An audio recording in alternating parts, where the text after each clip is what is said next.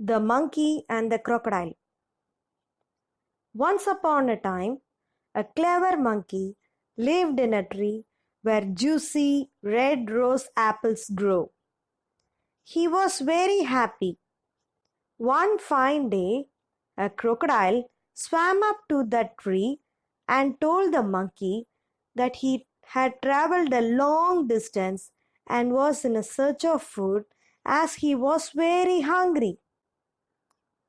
The kind monkey offered him a few rose apples. The crocodile enjoyed them very much and asked the monkey whether he could come again for some more fruit. The generous monkey happily agreed. The crocodile returned the next day and the next day and the next one after that. Soon the two became very good friends. They discussed their lives, their friends, and family like all friends do.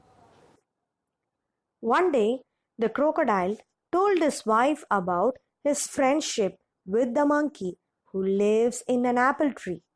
The crocodile's wife thought to herself that if the monkey lived on a diet of rose apples, his flesh would be very sweet. So she asked the crocodile to invite the monkey to their house. The crocodile was not happy about this.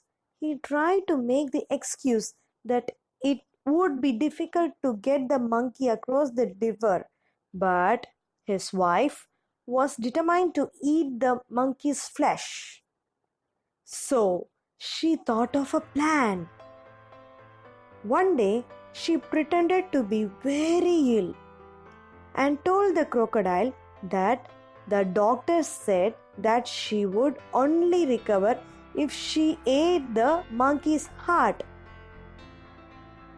If her husband wanted to save her life, he must bring her his friend's heart. The crocodile was shocked. He was in a dilemma. On the one hand, he loved his friend, but on the other hand, he could not possibly let his wife die. The crocodile's wife threatened him, saying that if he did not get her the monkey's heart, she would surely die. So the crocodile went to the rose apple tree and invited the monkey to come home to meet his wife. He told the monkey that he could ride across the river on the crocodile's back. The monkey happily agreed. As they reached the mid of the river, the crocodile began to sink. The frightened monkey asked him why he was doing that. The crocodile explained that he would have to kill the monkey to save his wife's life. The clever monkey told him that he would gladly give up his heart to save the life of the crocodile's wife, but he had left his heart behind in the rose apple tree.